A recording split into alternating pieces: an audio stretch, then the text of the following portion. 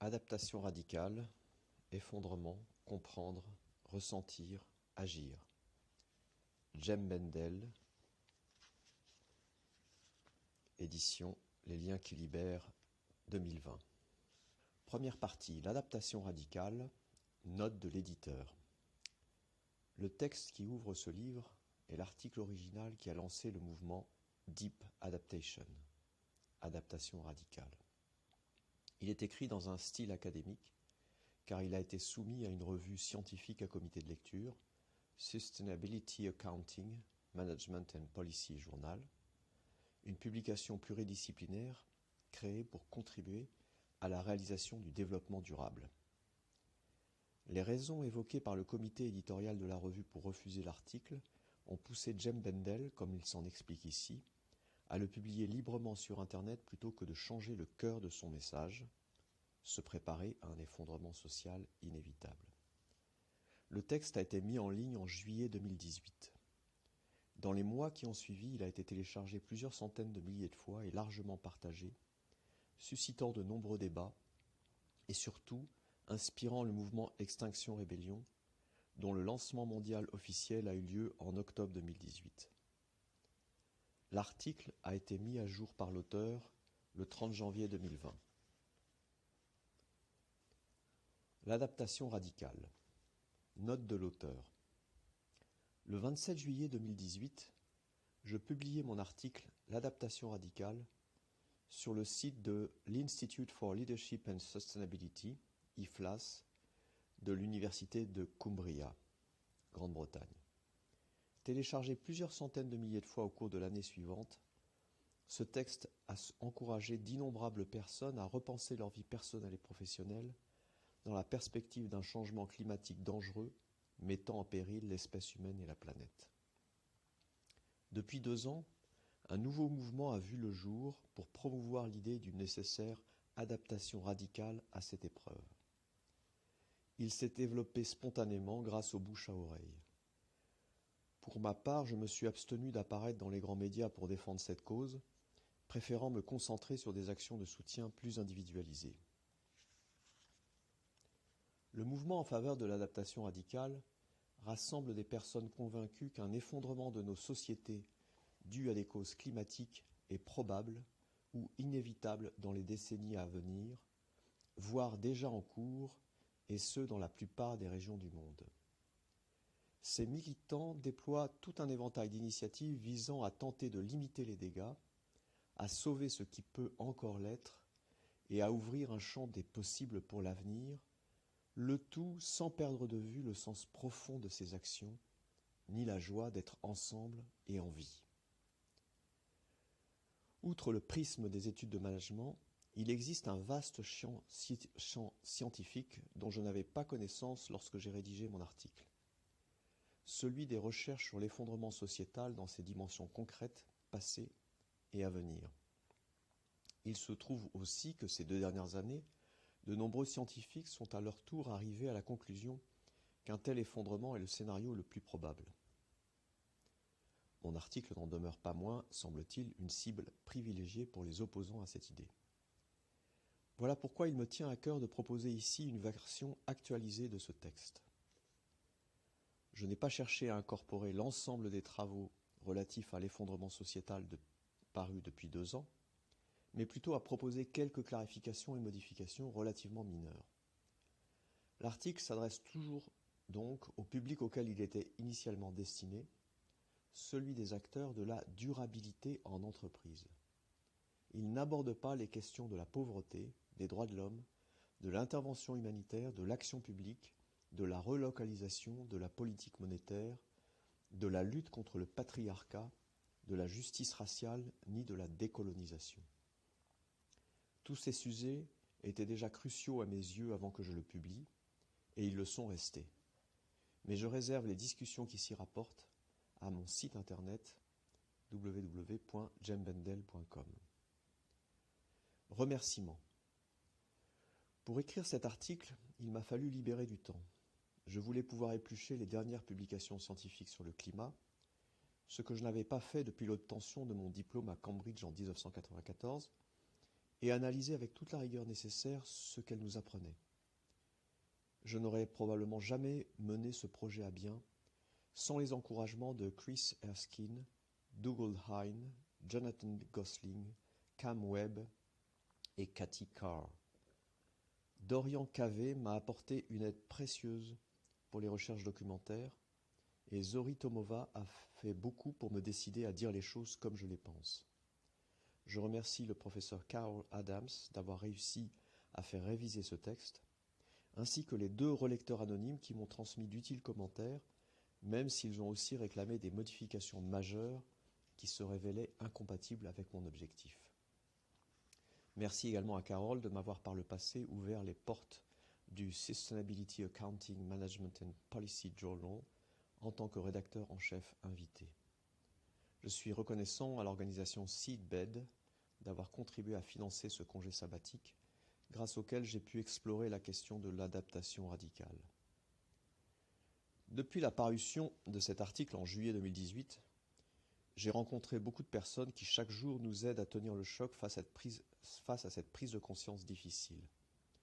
Elles sont trop nombreuses pour que je puisse toutes les citer, mais elles se reconnaîtront. Un immense merci à elles. Enfin, je voudrais exprimer ma gratitude aux nombreux bénévoles qui ont traduit dans leur langue la première version de ce texte. Introduction. À force de voir défiler sur mon écran des informations chaque jour plus alarmantes sur le réchauffement climatique, une question s'est imposée à moi. Nous autres, spécialistes du développement durable, que ce soit dans le management, les politiques publiques ou la recherche, pouvons-nous poursuivre nos travaux en faisant l'hypothèse qu'il est encore possible de ralentir le changement climatique, ou en l'espérant, et en tout cas d'y réagir de manière suffisamment énergique pour garantir la survie de notre civilisation? J'ai décidé de prendre 1 mois ou 2 pour passer en revue les dernières études scientifiques sur le sujet, et j'en suis progressivement arrivé à cette conclusion. Non, nous ne pouvons plus faire cette hypothèse, ni nourrir cet espoir. Mais alors venue une deuxième question. Les professionnels que je viens de citer ont-ils publié des écrits sur l'éventualité qu'il soit trop tard pour éviter la catastrophe environnementale et réfléchi à ce que cela implique pour eux? Il m'a suffi d'un rapide examen des sources disponibles pour trouver la réponse. Aucune d'entre elles n'explore cette perspective, ni ne la prend pour point de départ. Ce qui a immédiatement fait naître une troisième question. Pourquoi ? Pourquoi mes collègues n'ont-ils pas envisagé cette possibilité alors qu'il s'agit d'un problème aussi crucial pour notre discipline que pour nos vies personnelles? J'ai cherché à comprendre, consulté des travaux de psychologie, discuter autour de moi, éplucher les controverses entre environnementalistes qui s'étalent sur les réseaux sociaux, tout en m'interrogeant sur ma propre réticence. J'en ai déduit qu'il était urgent que s'ouvre un débat sur les conséquences qu'aurait un effondrement sociétal provoqué par une catastrophe environnementale. De là est née ma 4e question. Comment parle-t-on de l'effondrement sur les réseaux sociaux ? Après avoir repéré différents types de conceptualisation, je me suis demandé ce qui aiderait les gens à s'y retrouver sur ce sujet extrêmement complexe. En m'appuyant sur mes lectures et sur mes 25 années d'expérience dans le développement durable, j'ai esquissé les grandes lignes d'un plan d'adaptation au changement climatique que j'appelle « Programme d'adaptation radicale ». Le présent article est le résultat de ces réflexions. Il ne prétend pas s'insérer dans un sous-ensemble spécifique du vaste champ que recouvre la gestion et les politiques durables, mais vise plutôt à s'interroger sur les fondements mêmes de ce champ. Il ne cherche pas à ajouter une pierre à l'édifice des travaux et pratiques qui tournent aujourd'hui autour de l'adaptation climatique, car toutes ces initiatives sont dictées par une idée que je conteste. L'idée que nous pouvons encore maîtriser la façon dont le changement climatique va influer sur nos corps, nos économies, nos sociétés, nos systèmes de gouvernement et nos esprits. En réalité, si cet article contribue à l'avenir du domaine de la durabilité, il se pourrait que ce soit autant par soustraction que par addition. J'entends par là qu'il veut d'abord vous inviter à prendre du recul, à vous dire « et si c'était vrai ?» puis vous aider, après un nécessaire temps de deuil, à dépasser ces peurs que nous éprouvons tous pour inventer de nouvelles façons d'être et d'agir qui soient porteuses de sens. Vous les trouverez peut-être dans la recherche, dans la gestion d'entreprise ou dans toute autre sphère vers laquelle cette prise de conscience vous aura conduit.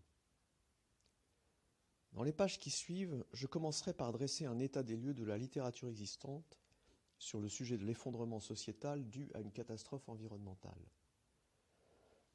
Au préalable, je souhaite définir ce que j'entends par effondrement sociétal. Il s'agit pour moi de la disparition, à un rythme inégal, de tout ce qui nous a assuré jusqu'à présent de quoi manger, un abri, la sécurité, le plaisir de vivre, notre identité et notre raison d'être. Après avoir souligné la pénurie d'études qui, dans le domaine du management, envisagent cette possibilité ou la prennent comme point de départ, je rendrai compte de quelques travaux que le lecteur pourrait juger dignes d'intérêt. Je proposerai ensuite une synthèse des données scientifiques récentes les plus importantes à mes yeux, en expliquant pourquoi elles convainquent de plus en plus de gens que des changements majeurs vont survenir à très brève échéance. Je montrerai combien cette perspective est marginalisée parmi les spécialistes de l'environnement, une façon de rappeler qu'il vaut souvent la peine de prendre ses distances avec le point de vue dominant. Je m'intéresserai aux différents scénarios d'effondrement, de catastrophes et d'extinction discutés sur les réseaux sociaux, notamment à travers les émotions et réflexions qu'ils font naître. Enfin, j'exposerai les grandes lignes d'un programme d'adaptation radicale qui pourrait nous servir de guide pour définir les actions nécessaires, sans oublier d'en tirer quelques pistes en vue de tracer les futurs contours de la recherche et de l'enseignement en matière de développement durable. En tant que chercheur et spécialiste de terrain, l'occasion nous est aujourd'hui offerte d'aller au-delà des exigences de nos employeurs et de notre profession pour nous interroger sur ce que notre travail peut apporter à la société. Cette occasion, nous n'avons pas le droit de la laisser passer. J'ai conscience que certains jugent irresponsable venant d'universitaires d'annoncer l'inéluctabilité et l'imminence de l'effondrement sociétal en raison de l'impact que cela pourrait avoir sur la motivation, voire la santé mentale des personnes qui les liront. C'est à une conclusion totalement opposée que m'ont conduisent mes recherches et mes conversations sur le sujet, dont je donnerai ici un bref aperçu. Il est au contraire éminemment responsable de partager cette analyse sans attendre et de nous encourager les uns les autres, et je m'inclus dans le lot, à réfléchir aux conséquences qu'elle entraîne, y compris sur le plan psychologique et spirituel.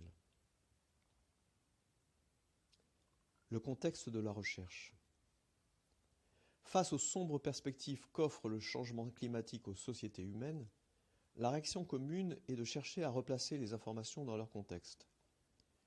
Cela consiste, pense-t-on souvent, à mettre en balance ces nouvelles extrêmement négatives avec d'autres plus réjouissantes, comme les améliorations sur le fond du développement durable. Tout esprit, tant soit peu éclairé et rationnel, recourt à ce type d'équilibrage. Mais cela n'en fait pas pour autant une base de délibération logique, dès lors que les informations positives mises en avant ne se rapportent pas à la situation décrite par les informations négatives. Laissez-moi prendre un exemple évident. Pendant que le Titanic s'enfonce dans les eaux glacées de l'Atlantique Nord, il y a mieux à faire que de deviser avec son capitaine des progrès de la sécurité à bord des paquebots de la White Star Line, compagnie copropriétaire du Titanic. Reste que cette mise en balance est la réponse la plus courante face aux révélations concernant l'ampleur et la vitesse de la tragédie climatique en cours. Aussi, commençons par prendre acte des nouvelles positives. Il est indéniable que des progrès ont été accomplis sur plusieurs plans ces dernières décennies, de la lutte contre la pollution à la préservation des habitats, en passant par la gestion des déchets. Depuis 20 ans, des efforts courageux ont été faits pour limiter les émissions de gaz carboniques, un volet de l'action climatique que l'on appelle atténuation. L'évaluation du risque carbone a fait de grands pas en avant, que ce soit en termes de prise de conscience, de politique publique ou d'innovation. Il faut maintenant aller plus loin et plus vite. L'accord de Paris signé en décembre 2015 va dans le bon sens, d'autant plus que les Chinois ont décidé de s'engager davantage sur la question. Faire en sorte que les efforts se poursuivent et s'amplifient est essentiel. Par ailleurs, les actions se multiplient dans le domaine de l'adaptation au changement climatique. Protection contre les inondations, règles d'aménagement du territoire, réflexion sur les systèmes d'irrigation, etc. Bien qu'il y ait tout lieu de se féliciter de ces avancées, il faut comprendre qu'elles ne changent rien au diagnostic général. Face au changement climatique, nous sommes désormais dans l'impasse. Au lieu de partir des théories existantes sur la durabilité, cet article se concentre sur l'état des lieux en 2018, tel qu'il ressort d'une synthèse des travaux disponibles. Et cet état des lieux révèle l'imminence d'un effondrement sociétal. Notre analyse met également en évidence le silence assourdissant des scientifiques sur le sujet, c'est-à-dire l'absence totale de remise en question de l'idée périmée, selon laquelle il est encore possible de résorber le changement climatique ou de nous y adapter. Dans le Sustainability Accounting Management and Policy Journal, la revue à laquelle ce papier a été soumis initialement pour publication, on ne trouve strictement rien sur le sujet, hormis un article que j'ai moi-même co-signé. 3 articles mentionnent l'adaptation climatique en passant, mais un seul en fait son sujet central, réfléchissant notamment aux moyens d'améliorer les techniques d'irrigation agricole. Organization and Environment est l'une des principales publications qui s'intéresse à l'impact du climat sur les entreprises et institutions, et vice-versa. Depuis les années 80, ces pages accueillent toutes sortes de débats philosophiques et théoriques à propos de l'environnement sous l'angle de la gestion des entreprises. Pourtant, on n'y trouve pas une seule analyse des théories de l'effondrement sociétal dû à une catastrophe environnementale ou de ses répercussions. 3 articles évoquent l'adaptation climatique, 2 d'entre eux se contentent de la poser en contexte général, concentrant leurs propos sur d'autres thèmes, l'apprentissage social et l'apprentissage en réseau. Quant au 3e article, il porte bien sur l'adaptation, soulignant en particulier les difficultés qu'elle posera aux dirigeants d'entreprise, mais ne dit rien des conséquences d'un effondrement sociétal généralisé. Au-delà du management, le champ de l'adaptation climatique est vaste. La preuve, une recherche sur le moteur de recherche Google Scholar avec 2 mots-clés donne plus de 40 000 résultats. J'ai pourtant choisi ici de ne pas m'appuyer sur ces travaux. Pourquoi ? Parce que tous ces travaux réfléchissent aux manières de préserver nos sociétés telles qu'elles sont dans la perspective de perturbations climatiques gérables. Or, si je les rejoins sur l'idée qu'il va nous falloir accepter des changements, je m'en écarte résolument en proposant le concept d'adaptation radicale qui postule l'inéluctabilité de l'effondrement sociétal. Ce n'est qu'après la publication de cet article que j'ai découvert les champs de la recherche consacrés au risque de catastrophe, au risque existentiel et à la collapsologie. Les analyses qui en sont issues ne sont donc pas étudiées ici, mais j'encourage vivement les lecteurs à explorer cette littérature, tout comme je continue à le faire. La fin des changements linéaires. Cet article n'est pas le lieu pour une revue exhaustive des publications scientifiques sur le climat. Mon parti pris a consisté à éplucher la littérature récente et lorsqu'elle laissait encore planer trop d'incertitudes, à me tourner vers les instituts de recherche eux-mêmes pour glaner les tout derniers résultats. Dans les pages qui suivent, je vais m'efforcer de synthétiser ces conclusions et d'expliquer en quoi elles soutiennent mon hypothèse. Il est temps de nous préparer à l'idée qu'une catastrophe environnementale planétaire ne pourra pas être évitée de notre vivant. La seule preuve de l'augmentation des températures moyennes mondiales est indiscutable. 17 des 18 années les plus chaudes enregistrées depuis le début des mesures au XIXe siècle se situent après 2001. Et la température mondiale s'est élevée de 0,9 degrés depuis 1880. Le cas de réchauffement le plus frappant concerne l'Arctique.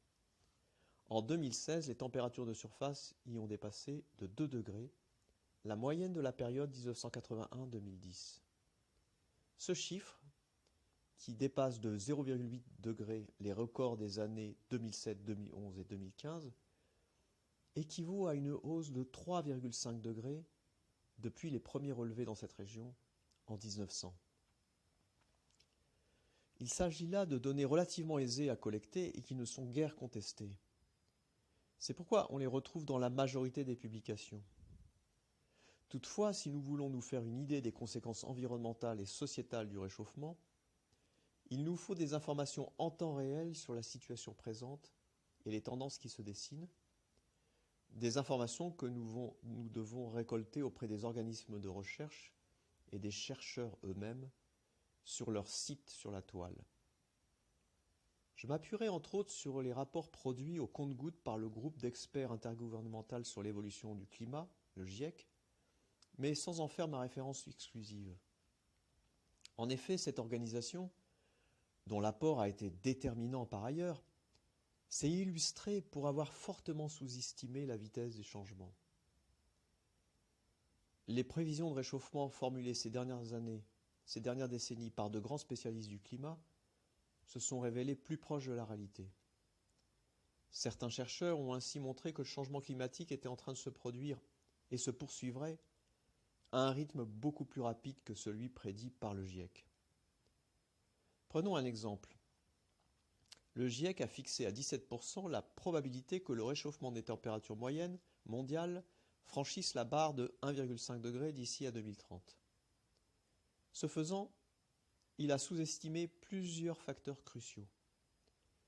Leur prise en compte conduit à des conclusions bien différentes.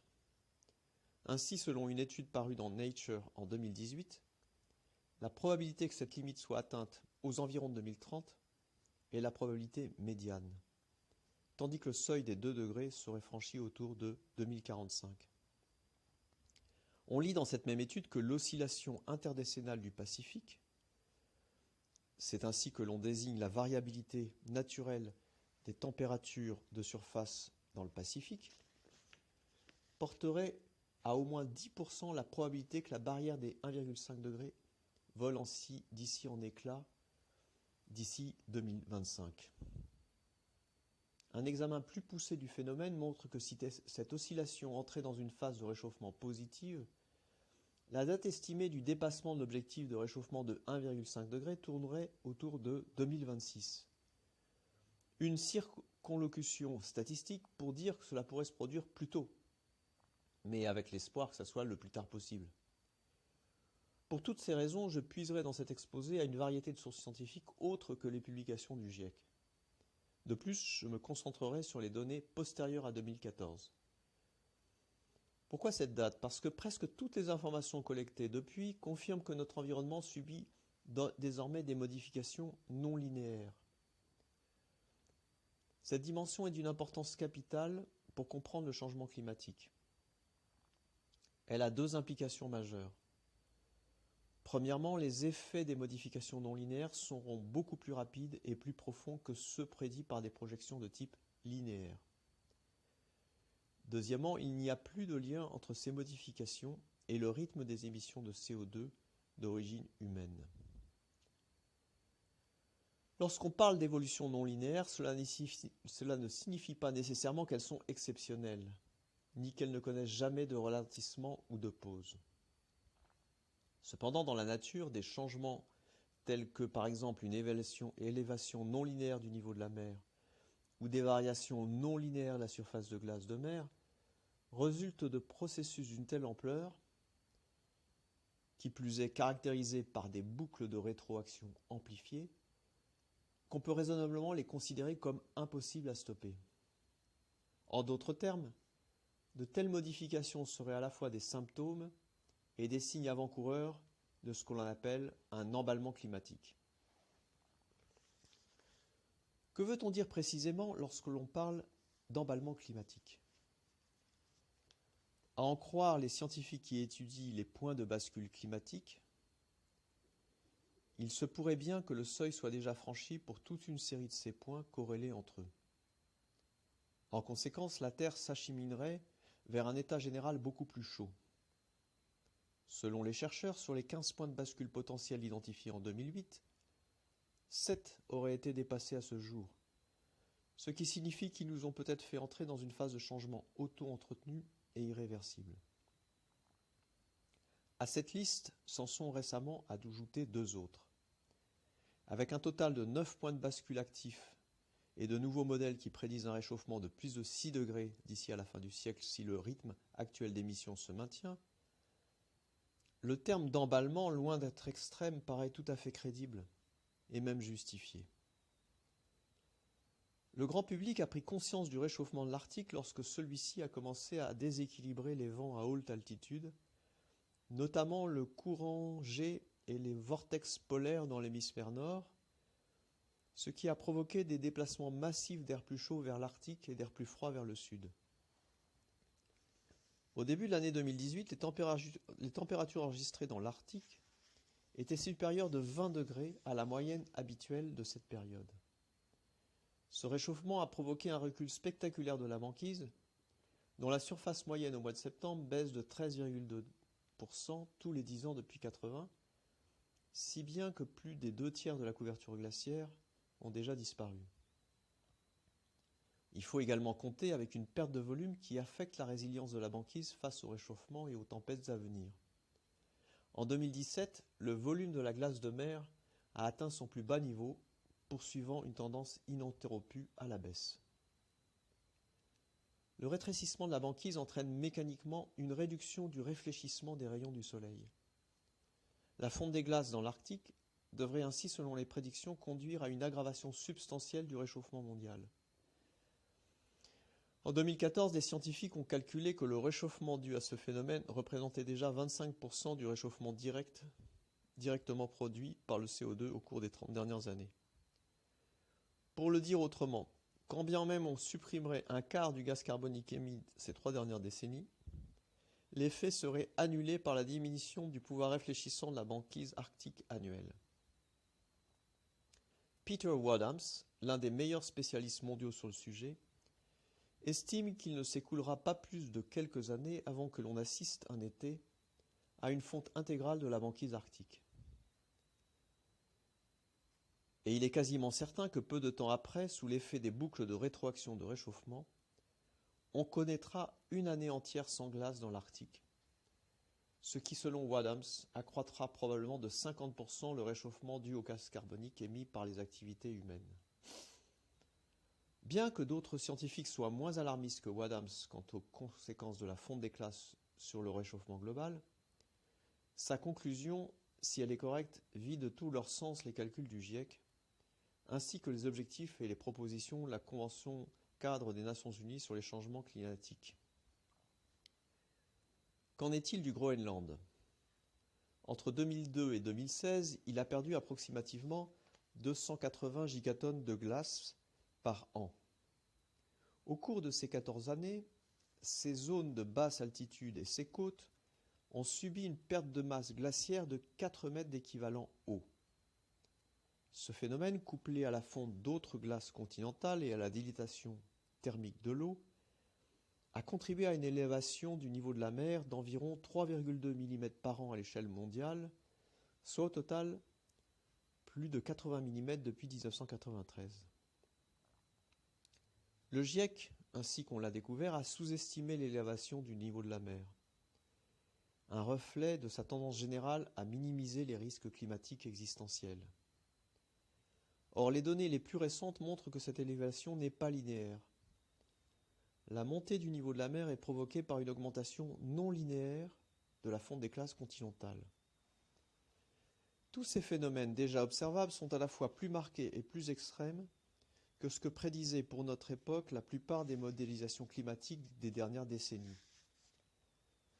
S'ils sont plus extrêmes, c'est parce que celles-ci ne prenaient pas en compte à sa juste mesure la variabilité des événements climatiques, laquelle s'explique notamment par l'ampleur croissante des changements affectant les courants G. Les températures moyennes mondiales enregistrées aujourd'hui se situent dans la fourchette la plus élevée des prédictions fondées sur ces modèles, en particulier si l'on considère que les dernières années dessinent la nouvelle tendance, sans attendre que le consensus scientifique valide ces évolutions décennales. Selon le programme européen Copernicus, la température moyenne entre juin 2019 et juin 2020 a été supérieure de près de 1,3 degré au niveau de l'ère pré-industrielle, qui sert de référence au GIEC pour fixer ces seuils de 1,5 degré et 2 degrés de réchauffement. Ces mesures confirment que nous sommes en présence de changements non linéaires dont les effets potentiels sur notre habitat et notre agriculture sont incontournables, de même que leurs répercussions complexes sur nos systèmes sociaux, économiques et politiques. Avant de revenir plus longuement sur ce point, je souhaiterais poursuivre la liste des conséquences visibles du changement climatique. Tempêtes, sécheresses et inondations se font plus fréquentes et plus violentes en raison d'un déséquilibre des échanges thermiques entre les océans et l'atmosphère, les pôles se réchauffant désormais plus rapidement. Du fait de ce surcroît de chaleur emprisonné dans les régions polaires, on observe une baisse du gradient thermique aux basses latitudes. Résultat, les courants G s'affaiblissent et suivent des trajectoires plus sinueuses, créant davantage de zones de haute pression, à l'origine de phénomènes météorologiques extrêmes. Les premières victimes en sont les agriculteurs. À cause du changement climatique, la croissance des rendements agricoles a baissé de 1 à 2% tous les 10 ans au cours du siècle écoulé.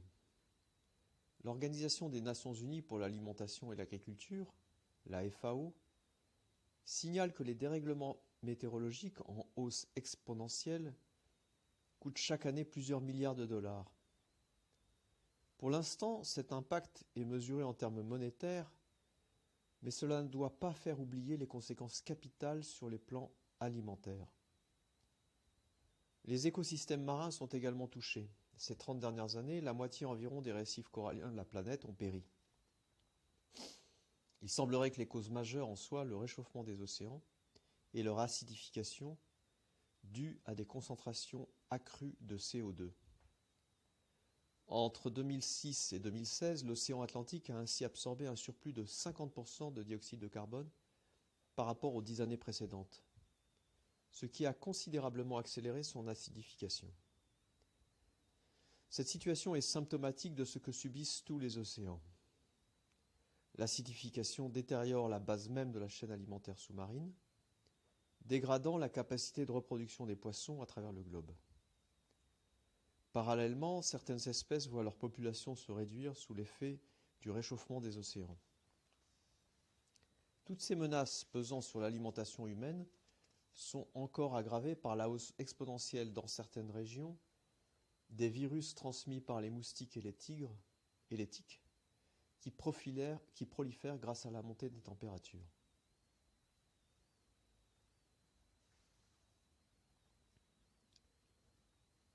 Les perspectives.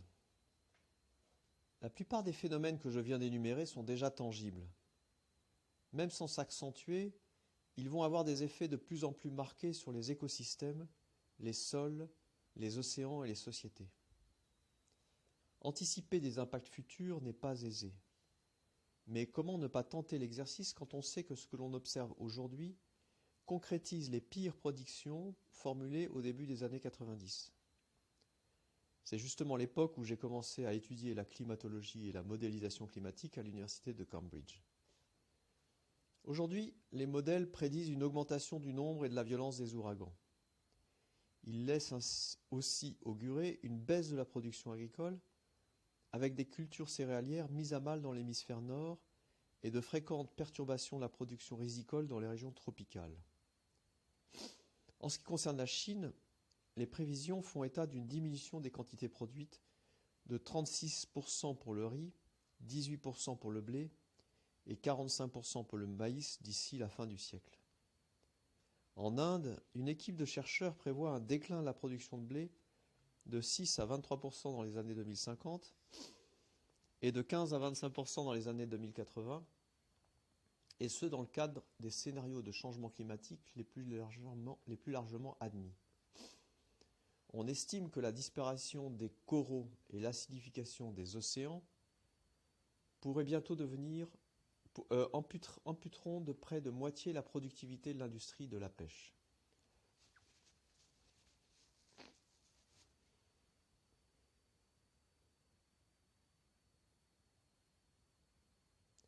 On estime que la disparition des coraux et l'acidification des océans amputeront de près de moitié la productivité de l'industrie de la pêche.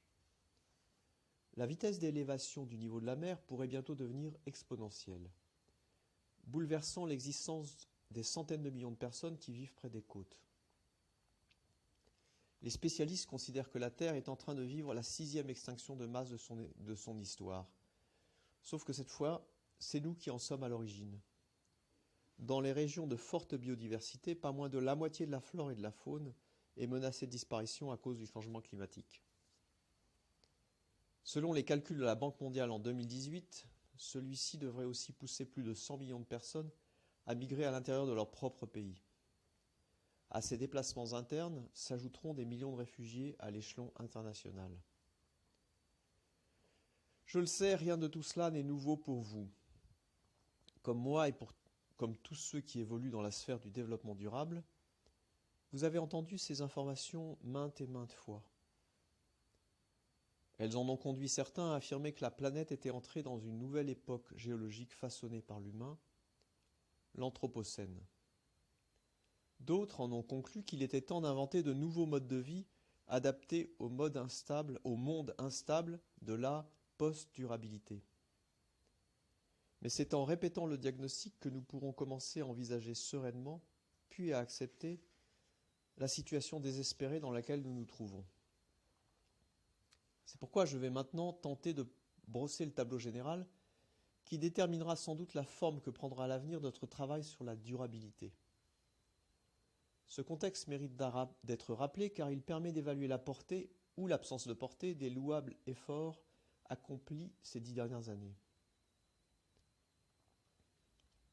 Le consensus scientifique politiquement correct pose que la hausse de la température moyenne mondiale ne doit pas excéder 2 degrés, sous peine d'entraîner des niveaux de changement climatique incontrôlables avec des conséquences dramatiques, famines massives, épidémies, inondations, ouragans dévastateurs, déplacements forcés de population, guerre. Ce seuil de 2 degrés est celui sur lequel se sont mis d'accord des gouvernements soumis aux pressions nationales et internationales de toutes sortes d'intérêts privés, notamment de grandes entreprises. Le problème, c'est que bien des scientifiques ne le jugent pas valide, car un réchauffement global proche de 2 degrés se traduirait déjà par la perte de nombreux écosystèmes et l'émergence de quantités de risques nouveaux. En 2013, le GIEC a admis que le monde avait peu de chances de se maintenir en dessous des 2 degrés si les émissions mondiales de carbone cumulées dues aux activités humaines dépassaient les 800 milliards de tonnes. À l'époque, cela laissait environ 270 milliards de tonnes à brûler. Aujourd'hui, le total des émissions mondiales tourne autour de 11 milliards de tonnes de carbone par an, soit 37 milliards de tonnes de CO2. Tout inquiétant qu'ils paraissent, ces chiffres peuvent donner l'impression que nous avons au bas mot une dizaine d'années devant nous. Il n'en est rien. D'abord, réorganiser un système économique de A à Z prend énormément de temps. Ensuite, nous ne sommes pas encore sur la voie d'une réduction spectaculaire des émissions, puisqu'elles ont augmenté de 2% en 2017. Le découplage entre croissance économique et émissions est donc loin d'avoir significativement entamé le stock des rejets mondiaux de gaz carbonique. Conclusion, ce n'est pas par le biais d'une baisse des émissions que nous contiendrons le réchauffement global en dessous de 2 degrés. Selon certains calculs, le GIEC aurait largement sous-estimé les quantités de méthane relâchées dans l'atmosphère et notre budget carbone serait en réalité intégralement épuisé avant 2025. Voilà pourquoi certains experts plaident pour un recours accru aux techniques de séquestration du carbone. Malheureusement, pour espérer réduire la chaleur contenue dans le système, il faudrait que les capacités de cette technologie soient multipliées par 2 millions en 2 ans, mais aussi qu'elles utilisent exclusivement des énergies renouvelables et qu'elles s'accompagnent d'un recul massif des émissions. Les méthodes biologiques de captation du carbone, parmi lesquelles on peut citer le reboisement, la restauration des sols cultivés, ou encore le développement de puits de carbone bleu grâce à la culture d'herbiers marins et de varechs, semblent beaucoup plus prometteuses. Elles sont aussi plus bénéfiques en termes environnementaux et sociaux. Des travaux menés sur les prairies marines et sur les algues révèlent qu'un effort de grande ampleur dans ces deux domaines permettrait immédiatement et de manière permanente de capter des millions de tonnes de carbone. Bien qu'il reste à déterminer quelle quantité nette de carbone il serait possible de séquestrer, on sait que dans certaines zones, celle-ci pourrait être élevée. Dans un autre registre, il est prouvé que les techniques de pâturage tournant intensif, Management Intensive Rotation Grazing, également connues sous le terme de gestion holistique, sont d'une grande efficacité dans la captation du carbone. Une étude de 2014 a montré que les exploitations agricoles où ces pratiques sont mises en œuvre voient augmenter de 8 tonnes par an et par hectare les quantités de carbone capturées dans leur sol. Sachant qu'environ 3,5 milliards d'hectares sont consacrés au pâturage et aux cultures fourragères dans le monde, cela signifie qu'il serait possible de capturer un quart des émissions de carbone actuelles rien qu'en convertissant un dixième de ces terres au pâturage tournant intensif. De leur côté, les techniques culturales sans labour permettent de séquestrer jusqu'à 2 tonnes de carbone par hectare et par an. L'évaluation des budgets carbone devrait mieux prendre en compte ces méthodes agricoles et cesser de se focaliser sur la réduction des émissions. De toute évidence, réformer l'agriculture en profondeur et restaurer les écosystèmes au niveau mondial exige aujourd'hui des politiques ambitieuses. C'est une entreprise monumentale que de défaire 60 années d'évolution agricole. Le pire, c'est que cela ne suffirait pas. Il faudrait en outre que les efforts déployés pour préserver les zones humides et les forêts se mettent subitement à porter leurs fruits, alors qu'ils échouent depuis des décennies, hormis dans quelques réserves naturelles géographiquement limitées.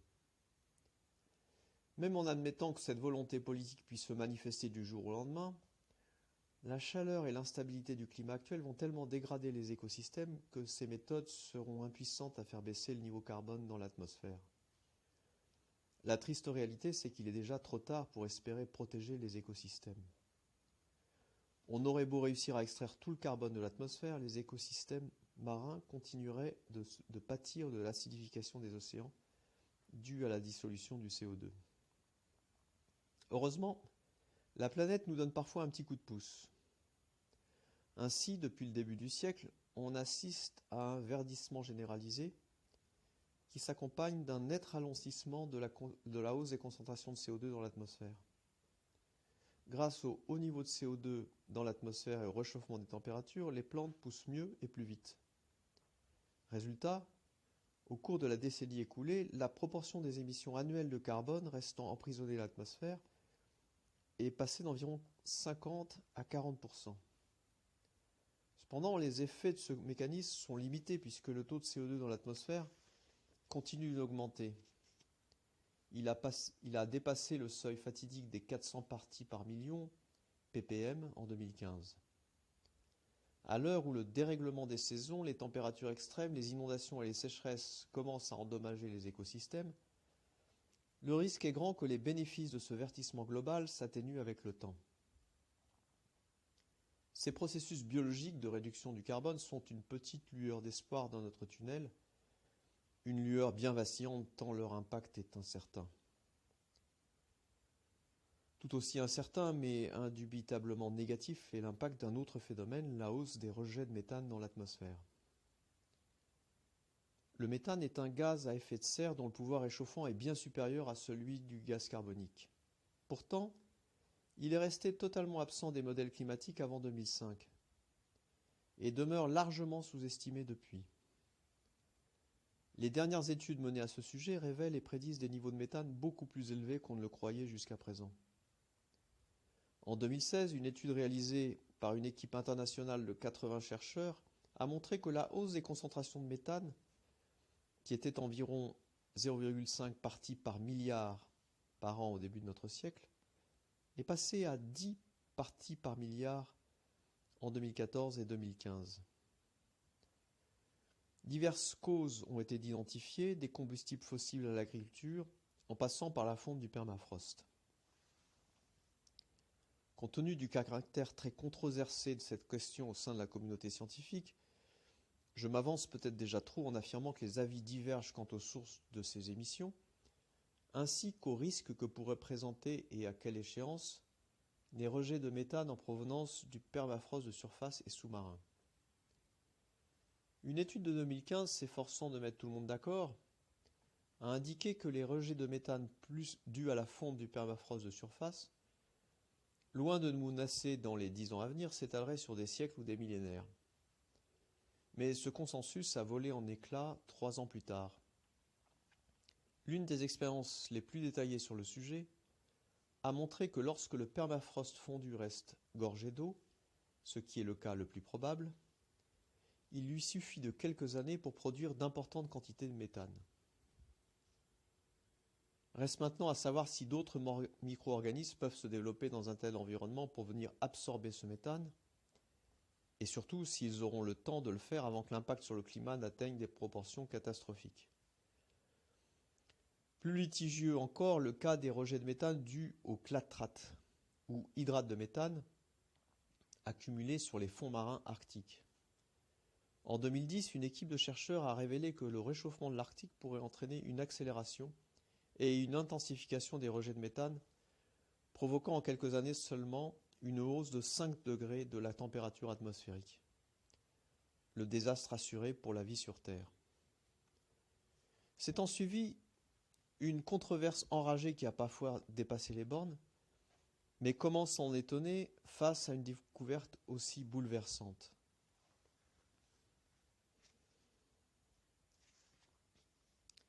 Depuis lors, le débat scientifique sur ce délicat sujet, qui n'est ni plus ni moins que la possible disparition de l'espèce humaine, tourne autour de 2 questions centrales. En combien de temps le réchauffement des océans risque-t-il de déstabiliser les hydrates? Quelle quantité de méthane pourra-t-elle être absorbée par des microbes aérobies et anaérobies avant d'atteindre la surface et de s'échapper dans l'atmosphère? Après examen des données disponibles, des experts ont conclu que pour l'heure, rien ne prouvait que des rejets de méthane soudains et massifs étaient à craindre à brève échéance. Problème. L'un de leurs principaux arguments était qu'il n'existait pas de données indiquant une hausse des concentrations de méthane dans l'atmosphère au-dessus de l'Arctique. Or, ce fait s'explique en partie par l'absence de capteurs adéquats, la plupart des stations de mesure étant terrestres.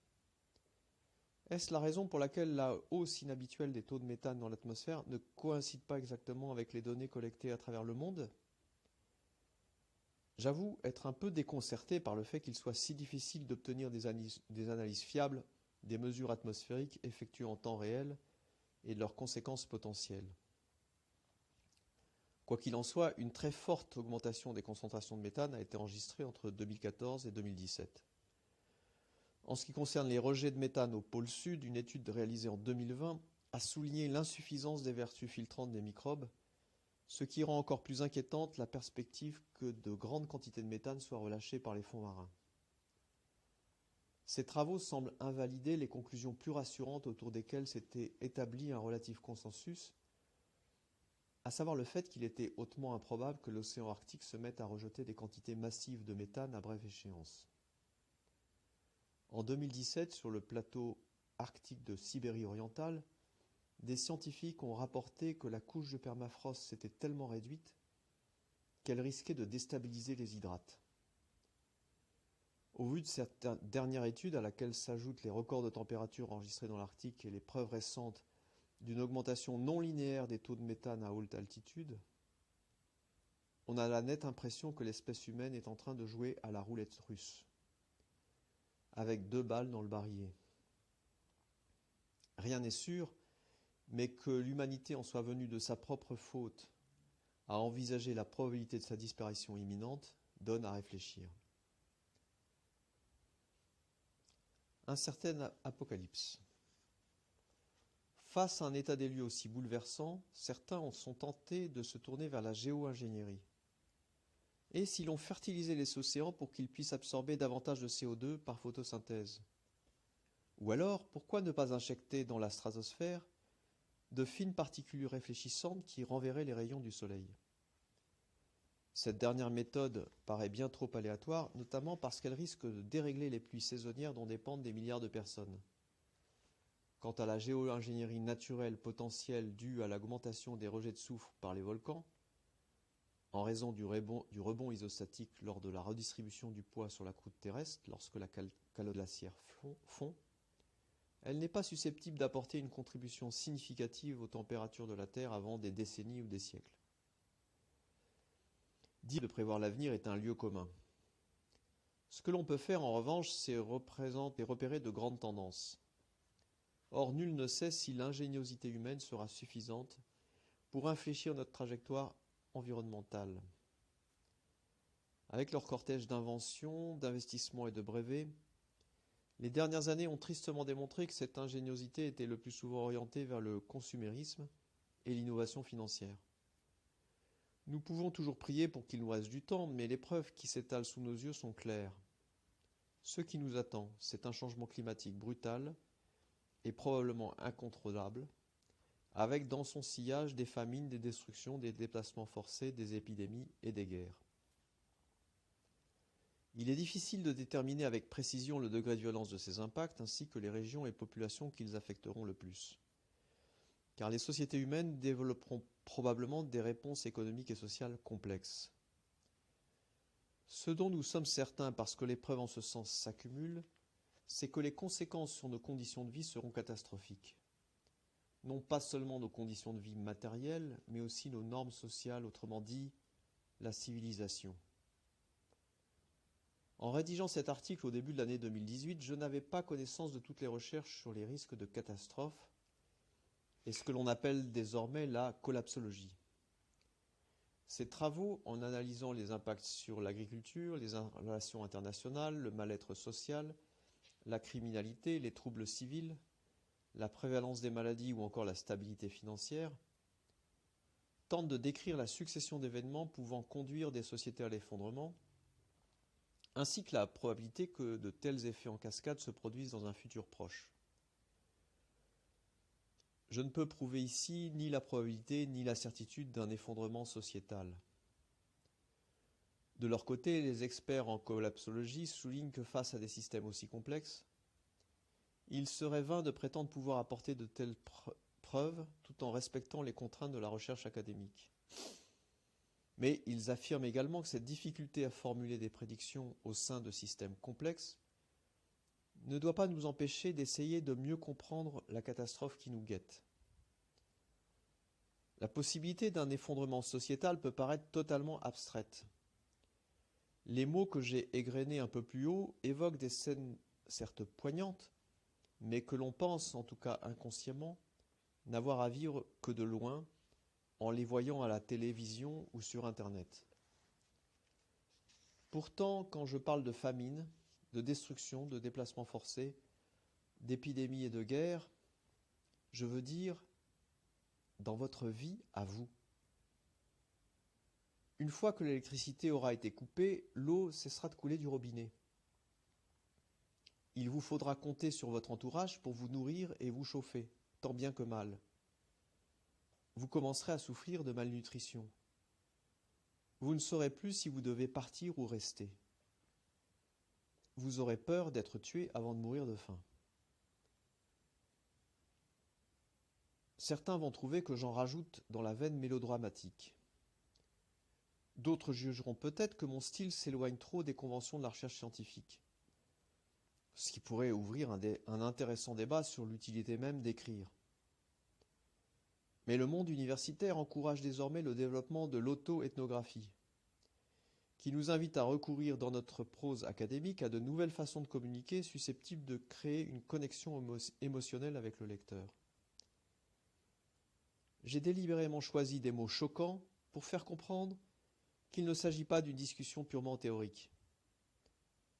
Je rappelle que dans la situation que nous envisageons, des éditeurs de la revue qui accueille cet article ne seront plus de ce monde.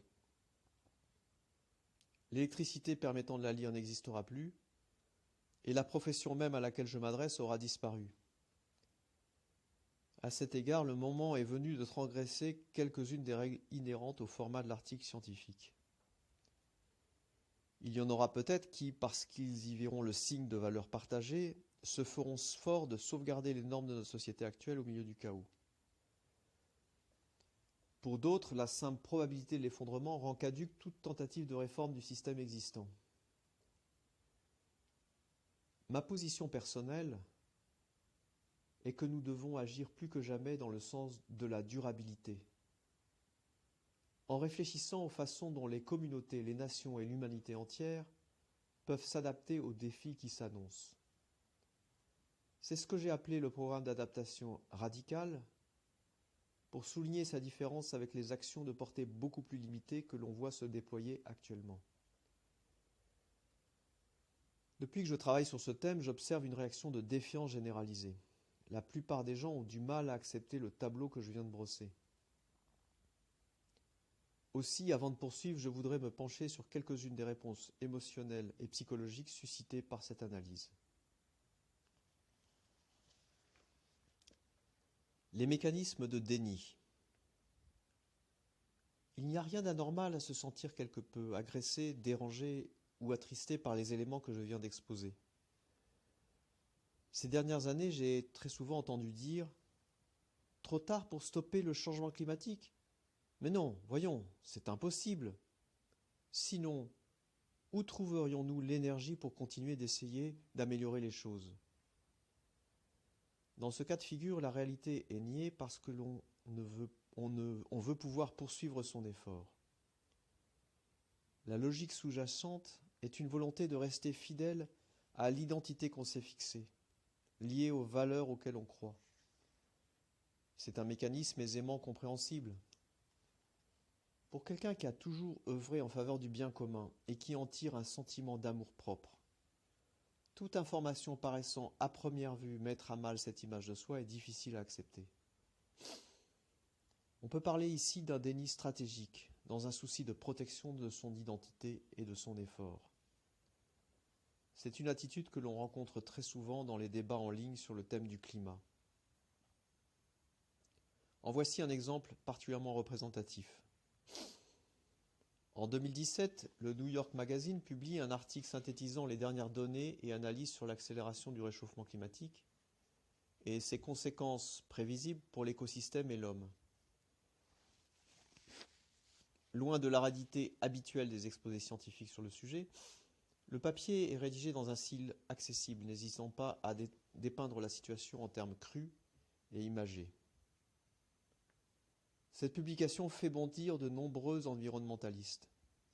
Au lieu d'engager une discussion savante sur les phénomènes décrits ou de proposer des solutions pour atténuer leurs pires effets, ils se demandent s'il est bien raisonnable de confronter le grand public à de telles idées. Le climatologue Michael Mann déclare qu'il faut se garder de présenter le problème comme insoluble, car, dit-il, cela ne fait qu'alimenter le fatalisme et le désespoir face à une tragédie annoncée. Le journaliste de l'environnement Alex Stephen, dans un tweet, dit « Balancer cette terrible vérité à des lecteurs non avertis ne déclenche pas un réflexe d'action, mais de peur. » Sur son blog, Daniel Alcadena Cohen, professeur assistant de sociologie spécialisé dans les politiques du climat, parle de pornographie du désastre climatique. Ces réactions sont typiques de ce que j'entends dans les cercles professionnels que je fréquente. Évoquer la probabilité d'un effondrement sociétal d'origine climatique serait irresponsable.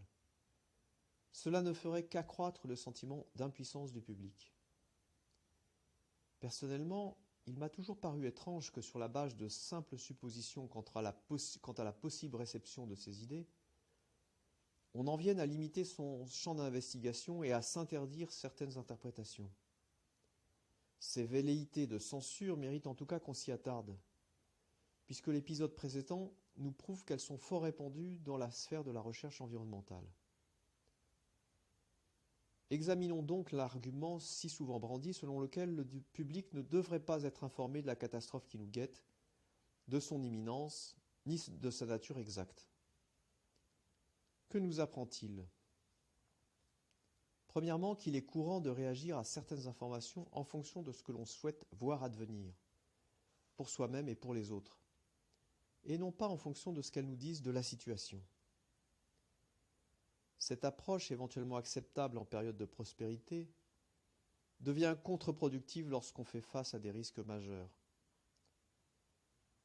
Deuxièmement, oui, Les mauvaises nouvelles et les scénarios catastrophiques nous affectent psychologiquement. Mais encore faudrait-il savoir de quelle manière. Ce que nous enseignent à ce sujet les sciences de la communication, les revues spécialisées en psychologie environnementale, les recherches en psychologie sociale, certaines des données recueillies suggèrent qu'en insistant aujourd'hui sur les effets du changement climatique, on rend le phénomène plus tangible et on encourage à agir en vue d'une réduction des émissions de gaz carboniques. Ce ne sont pas des conclusions définitives et ce domaine demande encore à être défriché. Mais justement, il est révélateur que des intellectuels sérieux et des militants assènent ainsi des vérités sur l'impact de la communication sans s'appuyer sur aucune théorie ni preuve scientifique. Cela montre bien qu'ils sont moins préoccupés par le ressenti du public que soucieux de trouver des arguments qui justifient leur propre point de vue. Troisièmement, ces débats mettent en évidence la tendance des experts de l'environnement à instaurer une relation paternaliste avec ceux qu'ils étiquettent comme le public. Selon moi, cela reflète tout à fait l'attitude technocratique qui a progressivement envahi la sphère de l'écologie, mélange de méfiance à l'égard de l'action politique et d'éloignement des réalités du peuple. Cette optique consiste à mettre l'accent sur les efforts individuels, se montrer plus bienveillant, plus attentionné, plus généreux, etc. Alors que le défi majeur aujourd'hui est d'encourager le rassemblement et la solidarité pour bousculer, voire renverser ce système qui nous rend complices de la destruction de la planète. Quatrième et dernière idée sous-jacente, le désespoir, le chagrin et le désarroi seraient des émotions purement négatives à fuir comme la peste. Alex Stephen écrit ainsi « Le désespoir ne rend jamais service ». Pourtant, nombre de croyances anciennes accordent une place déterminante à ce ressenti. De nos jours aussi, on prend conscience que le désespoir fait parfois grandir l'être humain sur le plan émotionnel et spirituel. Chacun sait, pour l'avoir lu, entendu ou personnellement vécu, que certaines épreuves, le handicap, la perte d'un être cher, un changement forcé de style de vie, un diagnostic de maladie incurable, peuvent provoquer un déclic, conduisant l'individu à porter un nouveau regard sur lui-même et sur le monde. C'est un processus dans lequel la phase de désespoir et de tristesse est une étape cruciale, à tel point que, dans des situations de ce genre, nourrir de l'espoir n'est pas une bonne chose. Tout dépend bien sûr de ce que l'on espère. Ce thème a été effleuré au cours du débat sur l'article du New York Magazine, notamment par Tommy Lynch, qui a écrit « En renonçant à l'espoir de réussir à conserver un certain mode de vie, on fait de la place pour d'autres espoirs. » Nous touchons là une question fondamentale. Qu'est-ce qu'une espérance légitime et utile ? Jonathan Gosling, spécialiste des théories du leadership, se demande si dans nos sociétés industrialisées et modernes, à l'heure où le changement climatique nous donne de plus en plus l'impression que tout s'écroule, il ne nous faudrait pas un espoir plus radical. Ce faisant, il nous invite à découvrir ce que peuvent nous apprendre d'autres cultures qui ont été confrontées à des catastrophes. Jonathan Lear s'est justement intéressé au cas des Indiens d'Amérique et à la façon dont ils ont agi lorsqu'on a commencé à les parquer dans des réserves. Il identifie ainsi ce qu'il appelle l'angle mort de toute culture, à savoir son incapacité à concevoir sa propre destruction ou disparition. Au sein des tribus indiennes ont émergé des formes d'espérance qui ne reposaient pas plus sur le déni que sur l'optimisme aveugle. Citation. C'est un espoir radical dans le sens où il est tourné vers l'idée d'un futur meilleur, une idée plus forte que l'incertitude quant à la forme qu'il pourra prendre. Lear décrit à ce propos la supériorité créative développée par certains chefs amérindiens pour forger des valeurs morales qui, pensaient-ils, leur seraient nécessaires dans les réserves. À côté de l'alternative classique entre vivre libre dans sa culture et mourir pour elle, il existerait donc une troisième voie, peut-être moins flamboyante, mais qui ne requiert pas moins de courage. L'adaptation créative. un espoir créé de toutes pièces à force de l'imagination. Voilà peut-être ce dont la civilisation occidentale a besoin pour faire face aux immenses bouleversements que nous promet le changement climatique. La perspective d'un possible effondrement de nos sociétés de consommation rend plus évidente que jamais la nécessité de soutenir les peuples indigènes dans leur combat contre l'oppression, mais aussi de chercher à mieux les connaître, afin qu'ils ne se voient pas forcés une nouvelle fois, comme par le passé, d'inventer un autre espoir radical. Il est très rare que ces questions soient abordées dans les études sur l'environnement ou sur la gestion durable des entreprises. C'est précisément pour tenter de mettre fin à cette censure qui ne dit pas son nom que j'ai décidé d'écrire cet article. Sur le déni à proprement parler, les travaux ne manquent pas. S'inspirant du sociologue Stanley Cohen, John Foster identifie deux formes de déni subtilement différentes: la forme interprétative et la forme implicative. Le déni interprétatif consiste à accepter certains faits mais en les réinterprétant afin de les rendre moins dérangeants pour notre psyché.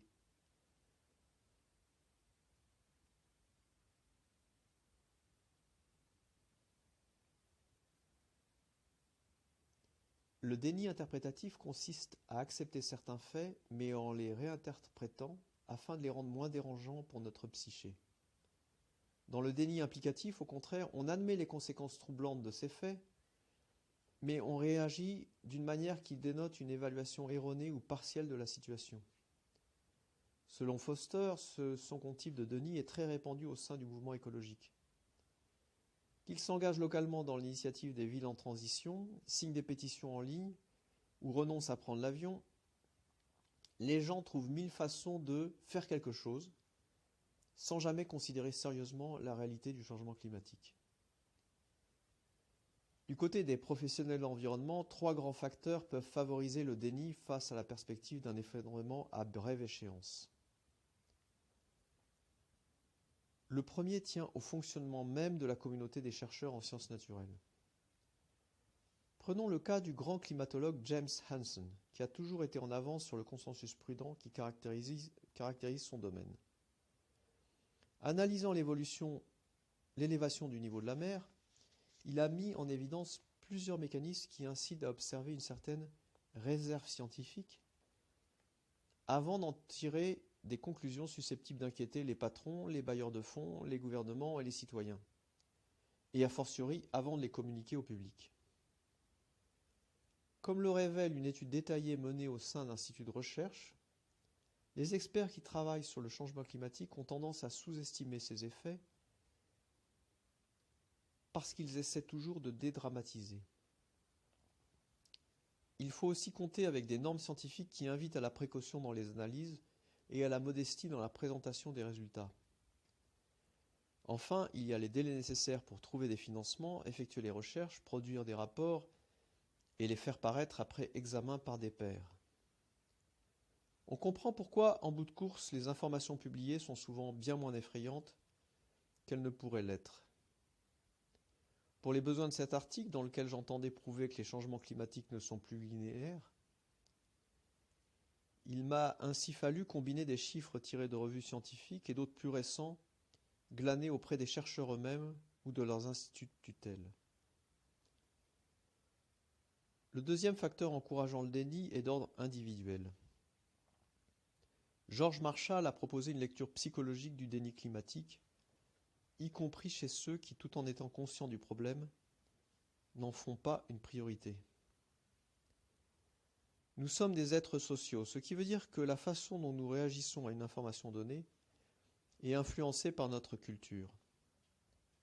C'est pourquoi nous évitons généralement d'exprimer des vues qui vont à l'encontre des normes dominantes de notre groupe ou qui heurtent de front notre identité sociale. Dans les communautés privées de tout pouvoir en particulier, il peut paraître plus prudent de taire ses opinions et de ne rien faire qui risque de bousculer le statu quo. Marshall souligne également que nous avons tendance à nous détourner des informations qui nous mettent face à notre mortalité, la peur de mourir étant sans doute la plus unanimement partagée chez les humains. Pour l'anthropologue Ernest Becker, toutes les croyances s'articulent autour de la peur de la mort. Marshall abonde dans son sens. La négation de la mort est un mensonge vital, grâce auquel nous parvenons à nous investir dans nos cultures et nos communautés, ce qui nous donne le sentiment que nous resterons présents et survivrons au-delà de notre disparition. C'est pourquoi, nous dit Becker, quand nous sommes rappelés à l'idée de notre mortalité, ce qu'il appelle la prépondérance de la mort, notre réaction est de chercher à défendre nos valeurs et notre culture. La théorie de la gestion de la peur proposée par Jeff Greenberg, Sheldon Solomon et Tom Pszczynski s'inscrit dans la même ligne de pensée. Bien que Marshall ne l'envisage pas explicitement, on peut considérer que cette analyse s'applique encore plus au déni et l'effondrement qu'au déni climatique, puisque dans ce cas, il ne s'agit pas seulement de notre propre extinction, mais de la disparition à tout jamais de l'ensemble des réalisations humaines. Les chercheurs en développement durable sont probablement, en tant qu'experts, davantage concernés que le grand public par ces mécanismes, en raison de leur attachement plus fort aux structures sociales existantes. En effet, des travaux ont montré qu'un haut niveau d'instruction se traduit souvent par une défense plus vigoureuse des systèmes socio-économiques en place. Si vous avez dépensé beaucoup de temps et d'argent pour grimper dans la hiérarchie sociale, vous serez éventuellement favorable à une réforme de la société, mais vous n'aurez certainement pas envie de la renverser. C'est encore plus vrai si vous faites du progrès sur la voie de la durabilité le fondement de vos moyens de subsistance, de votre identité et de votre amour-propre, et si vous vous sentez partie prenante de ces efforts d'amélioration. Le troisième facteur impliqué dans le déni est de nature institutionnelle. J'ai travaillé pendant plus de 2 décennies au sein d'organismes dédiés au développement durable ou en collaboration avec eux, qu'il s'agisse d'organisations non gouvernementales, d'entreprises privées ou d'institutions publiques. Aucune de ces structures n'a objectivement intérêt à crier sur les toits que l'effondrement de la société est probable ou inéluctable. Est-ce vraiment ce que vous auriez envie de dire aux membres de votre association écologiste, aux consommateurs de vos produits ou à vos électeurs ? Certes, cette perspective a aussi créé une niche de marché pour des entreprises qui se spécialisent dans la préparation à l'effondrement. C'est d'ailleurs un secteur appelé à s'étendre, j'y reviendrai un peu plus loin. Mais en interne, les ONG environnementales continuent de chercher à prouver l'efficacité de leurs actions, alors même que des dizaines d'années d'investissement et de campagnes n'ont guère réussi à améliorer l'état du climat, celui des écosystèmes, ni le sort des nombreuses espèces qu'ils tentaient de protéger. Le World Wide Fund, WWF, illustre parfaitement la façon dont ces organisations encouragent le déni implicatif. Il y a plus de 20 ans, j'ai travaillé pour cet organisme autour de la question des importations britanniques de bois brut et transformé.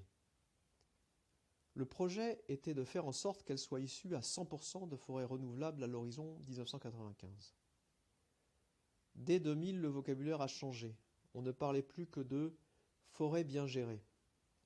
Puis les objectifs ont été enterrés un à un en toute discrétion.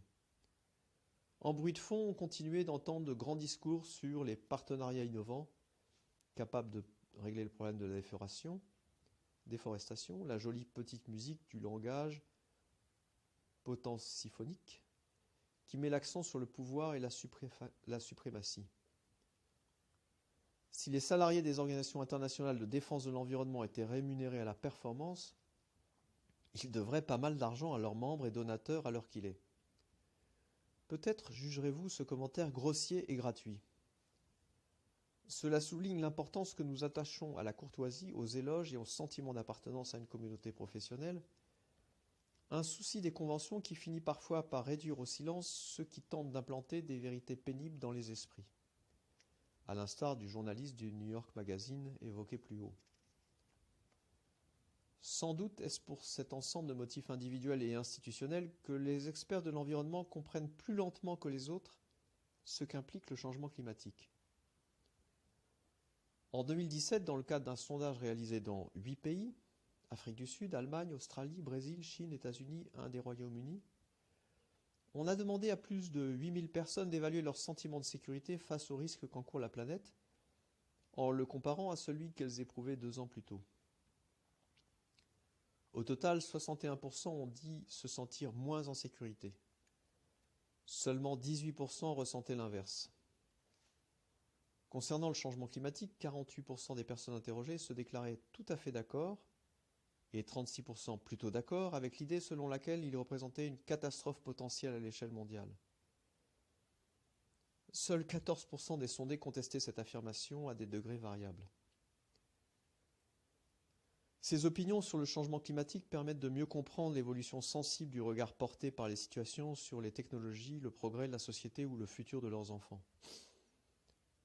Selon une étude internationale menée en 2017, seulement 13% de l'opinion publique pense que le monde va mieux, ce qui contraste nettement avec ce que l'on observait au cours des 10 années précédentes.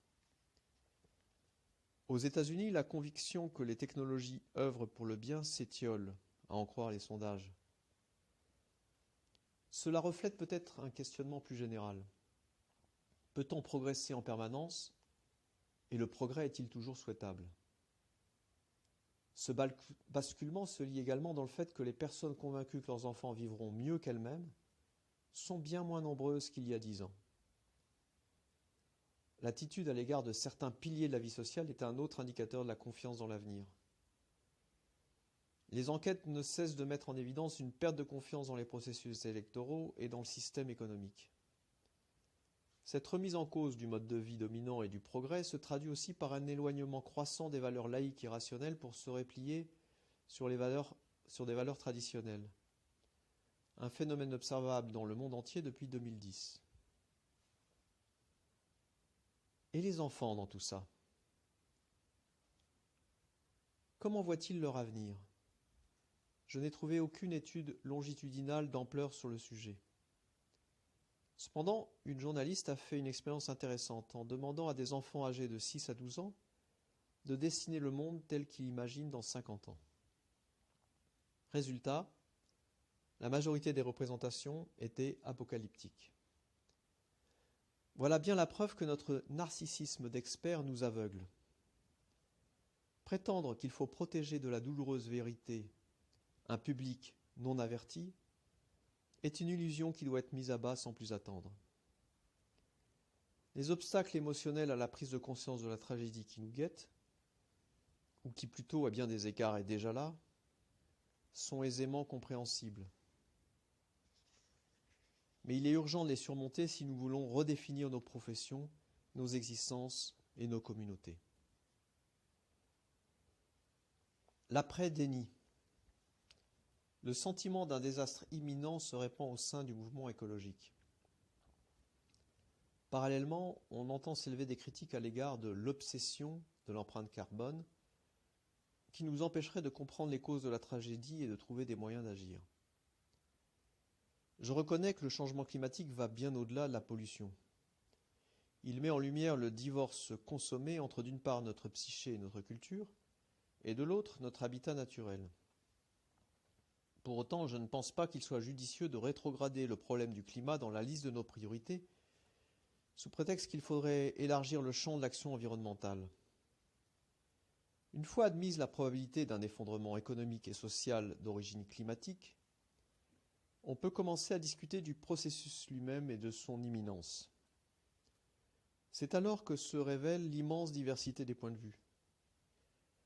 Selon certains, l'effondrement de notre système économique et social actuel n'impliquera pas nécessairement la disparition totale des règles, des structures, de l'identité et des valeurs qui fondent nos sociétés. Selon d'autres, cet effondrement aura peut-être le mérite de nous imposer un mode de vie post-consumériste plus respectueux des relations entre l'homme et son environnement naturel. Il en est même qui pensent que cette reconnexion avec la nature naîtront des solutions inimaginables jusqu'alors. Par exemple, des rites spirituels qui auraient le pouvoir de modeler l'univers matériel selon la volonté humaine. Toutefois, compter sur cette renaissance naturelle ou spirituelle pour nous sauver de la catastrophe s'apparente à une forme de déni. D'après plusieurs analyses, l'imprévisibilité et la brutalité de l'effondrement condamneront toutes les tentatives, qu'elles soient collectives ou plus locales, pour évoluer en douceur vers des modes de vie compatibles avec une existence tolérable, et non pas agréable, ce qui sera hors d'atteinte.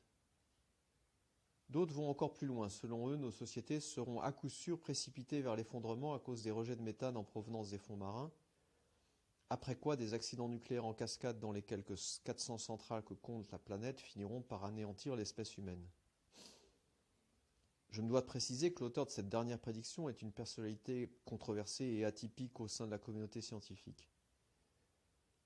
Au cours de mes propres recherches, je n'ai trouvé aucun élément de preuve venant soutenir ni réfuter cette thèse. Les travaux sur ce sujet évoquent seulement les catastrophes survenues dans des centrales dotées d'une enceinte de confinement comme Tchernobyl ou Fukushima. Cette incertitude sur le nucléaire mise à part, les tenants de l'hypothèse d'une disparition imminente de l'espèce humaine s'appuient sur des recherches géologiques indiquant que la dernière extinction de masse, qui a provoqué l'anéantissement de 95% des espèces vivant sur Terre, a fait suite à un rapide réchauffement de l'atmosphère dû au méthane. Sans s'aventurer à parler d'une extinction humaine inévitable, 2 climatologues réputés ont calculé que l'espèce humaine a désormais 20% de chances de s'éteindre avant la fin du siècle. À chacun de ces scénarios, effondrement, catastrophe, extinction, correspondent diverses estimations du niveau de certitude, possibilité, probabilité, inéluctabilité. J'ai découvert quelque chose d'intéressant dans mes discussions avec des experts et des profanes. Le scénario et le degré de probabilité auquel on décide de croire ne dépendent pas d'une analyse scientifique objective, mais de l'histoire que l'on veut se raconter. Cela rejoint ce que nous disent les recherches en psychologie. Loin d'être des machines purement rationnelles, nous transformons l'information en récits qui nous donnent les clés pour expliquer les événements. Personne n'échappe à ce mécanisme. Pour ma part, ce que je choisis de lire dans les informations dont je dispose actuellement, c'est le signe que l'effondrement est inévitable, la catastrophe probable et l'extinction possible. Je n'entreprends pas ici de prouver l'inévitabilité de l'effondrement sociétal, car cela demanderait une discussion plus approfondie de processus sociaux, économiques, politiques et culturels complexes. Il n'en reste pas moins que c'est ma conclusion personnelle après avoir fait un tour d'horizon des différents facteurs impliqués, une synthèse que, compte tenu de la gravité du sujet, il me paraît important de partager avec le lecteur, bien qu'elle n'ait pas encore été publiée. Quoi qu'il en soit, de plus en plus de gens pensent que c'est l'extinction de notre espèce qui est inévitable. Les groupes Facebook sur le sujet sont légion et j'ai pu constater que beaucoup de leurs membres ont tendance à dénigrer ceux qui mettent en doute ce postulat de départ, les dépeignant comme des faibles et des égarés. Il faut croire qu'il est plus facile d'adhérer à une certitude bien établie qu'à une description hypothétique, surtout quand le futur qu'elle laisse entrevoir demeure incompréhensible tant il est éloigné de notre réalité actuelle. L'eschatologie, c'est-à-dire la réflexion sur la fin des temps, fait partie intégrante de l'expérience humaine. Se dire que tout ce que nous avons accompli sur cette planète pourrait disparaître nous met aux prises avec des sentiments extrêmement violents. Plusieurs réactions sont possibles. Le dévouement, la créativité, le refuge dans une réalité transcendante, la colère, la dépression, le nihilisme, l'apathie. Et toutes influent sur l'état dans lequel nous laisse cette confrontation. Quoi que pense de cette dimension spirituelle, elle permet de comprendre le pouvoir fédérateur de la croyance dans l'inéluctabilité de l'extinction humaine. De mon côté, j'enseigne à des étudiants qui ont une certaine maturité émotionnelle. Le fait de les inviter à envisager l'effondrement comme inévitable, la catastrophe comme probable et l'extinction comme possible ne les plonge ni dans l'apathie ni dans la dépression. Au contraire, dès lors qu'ils sont accompagnés et que nous prenons d'abord le temps de célébrer le vivre ensemble, la mémoire de nos ancêtres et la beauté de la nature, quelque chose de positif se produit. Je les vois abandonner le réflexe conformiste qu'ils portaient comme une seconde peau, puis réévaluer leurs priorités en déployant une belle inventivité. Toutefois, je reconnais que dans nos sociétés où ces idées demeurent minoritaires, tenter de défricher cette voie peut être déstabilisant. C'est pourquoi il est fondamental que la discussion sur l'évolution de notre travail et de nos modes de vie reste toujours ouverte. Le facteur temporel, qui se double d'un facteur géographique, est une autre inconnue dans notre situation. Où et quand l'effondrement ou la catastrophe se produiront-ils ? À partir de quel moment ma propre existence, ma propre société seront-elles touchées ? Est-ce que cela a commencé ? Bien entendu, tout cela est impossible à prédire de manière certaine, mais rien n'interdit d'essayer. La hausse des températures au pôle et les phénomènes météorologiques observés dans le monde entier sont les premiers signes de changements spectaculaires qui vont dévaster les cultures dans les 20 prochaines années. Les conséquences sont déjà là, sous nos yeux. Et le sentiment qu'il pourrait devenir difficile à très court terme de se nourrir et de nourrir sa famille, avec tout ce que cela implique en termes de criminalité et de conflit, ne fait qu'accentuer notre trouble. Alors, que faire ? Devriez-vous tout laisser tomber sur le champ et aller vous installer dans un lieu plus propice à une vie autosuffisante ? Cela vaut-il la peine de continuer à lire cet article ? Cela vaut-il même la peine de continuer à l'écrire ? Qui lira ces lignes si l'extinction est inévitable comme le pensent certains ? Rappelons en effet que dans les scénarios les plus extrêmes, la civilisation va s'effondrer au cours des 12 prochains mois du fait de la ruine des récoltes dans l'hémisphère nord. S'ensuivront immédiatement de multiples accidents de fusion dans les réacteurs nucléaires, entraînant la disparition de l'homme dans un avenir extrêmement proche, d'ici à 5 ans tout au plus.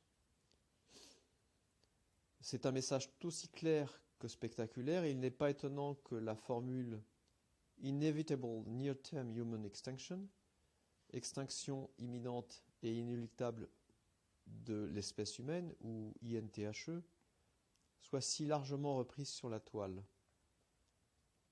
Bien que pour l'heure je ne partage pas leur point de vue, aborder ce sujet continue de me rendre très triste.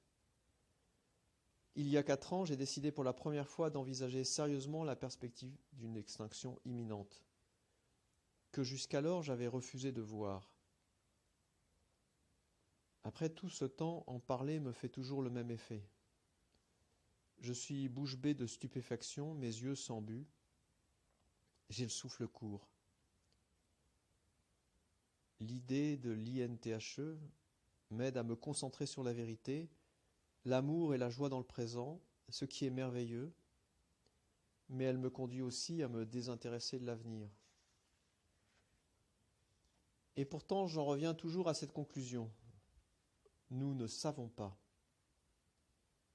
Le désinvestissement du futur sous prétexte que tout est fichu pourrait bien se retourner contre nous, de même que le réflexe « tous aux abris ». Par exemple, pour aller fonder des petites communautés écolos, chacun dans son coin. Il n'y a qu'une chose dont nous soyons sûrs. Continuer de travailler comme si de rien n'était, c'est le pistolet sur la tempe. Il est temps de réfléchir à des pistes pour faire évoluer notre activité en nous gardant de toute réponse simpliste. Depuis que je suis entré dans l'après-déni, comme un nombre croissant d'étudiants et de collègues, j'ai réalisé qu'il pourrait être utile de disposer d'une cartographie des différentes manières de répondre à toutes ces questions. J'ai donc commencé à établir une liste des actions possibles dans la perspective d'un effondrement inévitable et d'une catastrophe probable. C'est ce que j'appelle le programme d'adaptation radicale. Le programme d'adaptation radicale. Pendant longtemps, l'adaptation climatique a été dédaignée par les militants écologistes et les décideurs publics, pour qui l'impératif était de réduire les émissions de gaz carbonique. Cette position a fini par évoluer en 2010 lorsque le GIEC a décidé de réfléchir aux moyens d'aider les sociétés et les économies à faire face au changement climatique. De son côté, le programme des Nations Unies pour l'environnement a mis en place le Réseau mondial d'adaptation, Global Adaptation Network, pour promouvoir le partage de connaissances et la collaboration. 5 ans plus tard, l'accord de Paris a fixé un objectif mondial en matière d'adaptation, Global Goal on Adaptation, visant, comme le stipule son article 7, à renforcer les capacités d'adaptation, accroître la résilience au changement climatique et réduire la vulnérabilité à ces changements en vue de contribuer au développement durable et de garantir une riposte adéquate en matière d'adaptation dans le contexte de l'objectif de température. Les États signataires se sont engagés à développer des plans nationaux d'adaptation et à en rendre compte aux Nations Unies. Depuis lors, l'effort de financement en faveur de l'adaptation climatique s'est sensiblement accru. Il implique désormais l'ensemble des institutions internationales de développement. En 2018, le Fonds international de développement agricole, la Banque africaine de développement, la Banque asiatique de développement et la Banque mondiale, à travers son dispositif mondial de réduction des effets des catastrophes, ont proposé au gouvernement des aides importantes afin qu'ils améliorent la résilience de leur population. Parmi ces initiatives figure le Fonds vert pour le climat, un mécanisme financier de l'ONU créé pour soutenir les pays à bas revenus. La majorité des projets subventionnés visent à renforcer la capacité des petits paysans à faire face aux aléas climatiques en développant les systèmes d'irrigation et celle des urbanistes à réagir à la montée des eaux ou à des pluies torrentielles en repensant les systèmes d'évacuation. Ces réalisations restent toutefois en deçà des engagements pris par les États depuis 2010. Pour cette raison, la recherche de financement se tourne de plus en plus vers les obligations de société privée et la philanthropie. Parallèlement, se développe une large gamme d'actions rassemblées sous le thème générique de réduction des risques de catastrophes, un objectif qui a sa propre agence internationale au sein de l'ONU, le Bureau des Nations Unies pour la réduction des risques de catastrophes. Cette instance tente de limiter les dégâts causés par les catastrophes naturelles, séismes, inondations, sécheresses, cyclones, en cherchant d'une part à réduire la vulnérabilité à ces risques, d'autre part à accroître la capacité de réaction lorsque le désastre survient.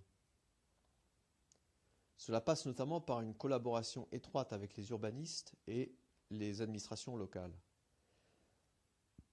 Au sein du secteur privé, la réflexion sur la réduction des risques de catastrophes s'inscrit dans les domaines déjà existants de la gestion du risque et des plans de continuité des affaires. Les entreprises, après avoir identifié leurs points faibles dans la chaîne de valeur, tentent de corriger les vulnérabilités ou d'atténuer leur impact. Trop peu ou trop tard, diront certains. Je crois pourtant que dans la mesure où elles peuvent temporairement adoucir le choc pour des gens comme vous et moi, de telles actions ne doivent pas être balayées d'un revers de main. Le problème vient davantage de la manière étriquée dont elles sont présentées.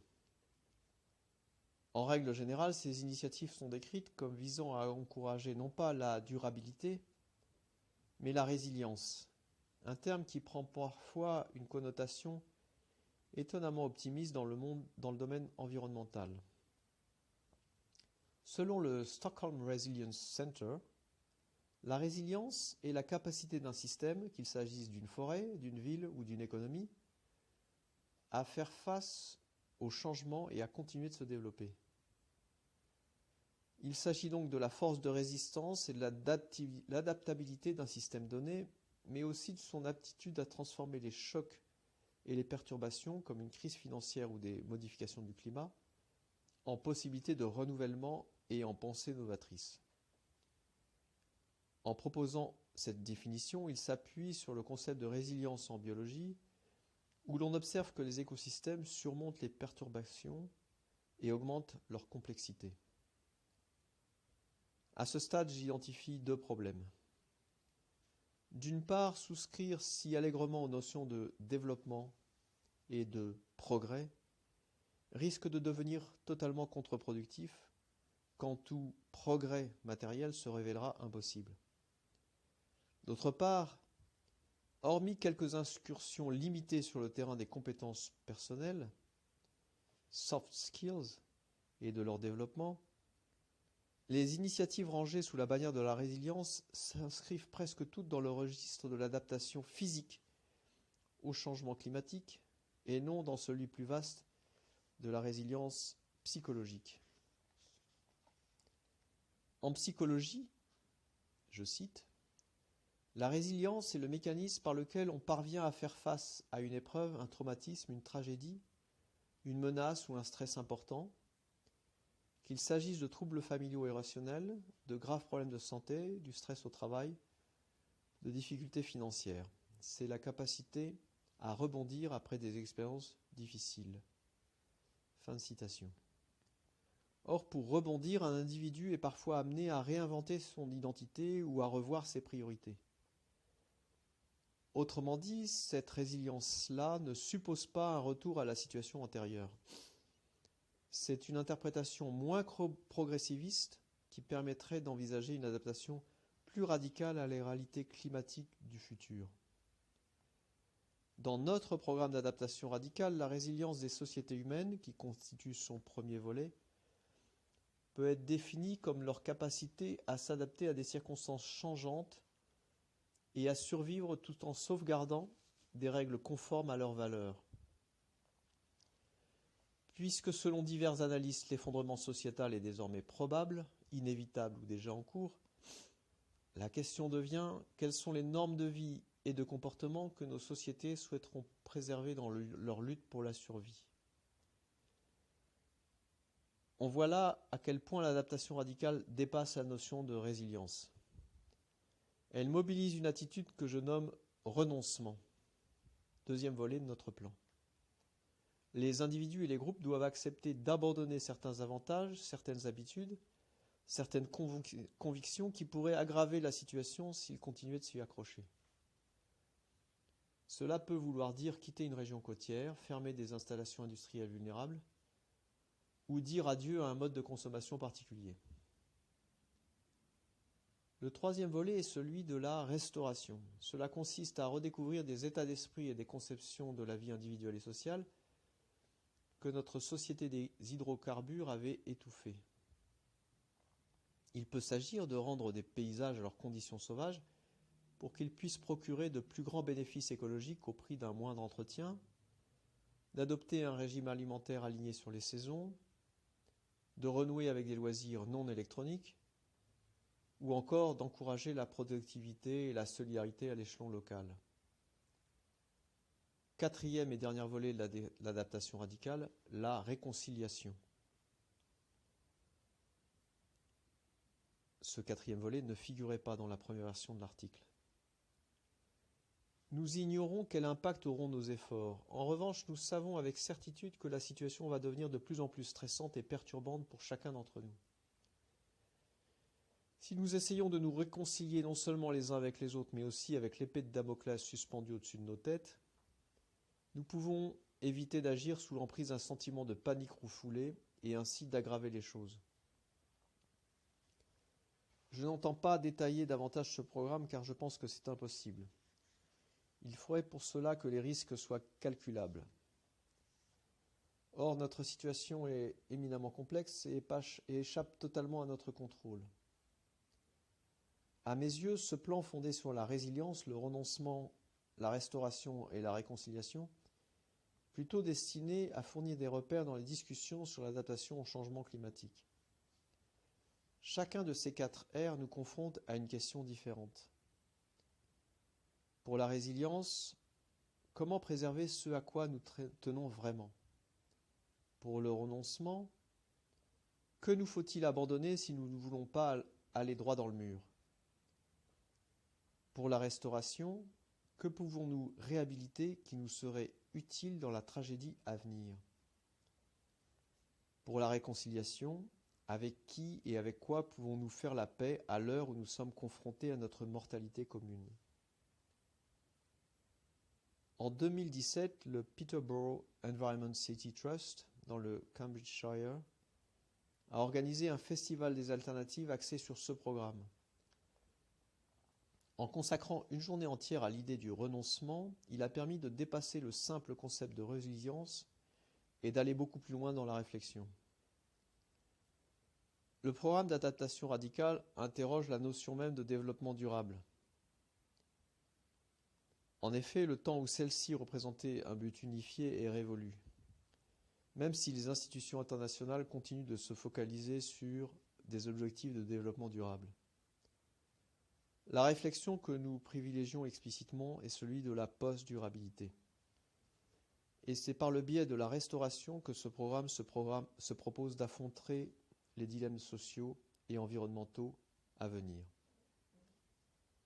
L'avenir de la recherche face à la tragédie climatique. Je ne plaisantais qu'à moitié quand je me suis demandé plus haut pourquoi j'écrivais ces lignes.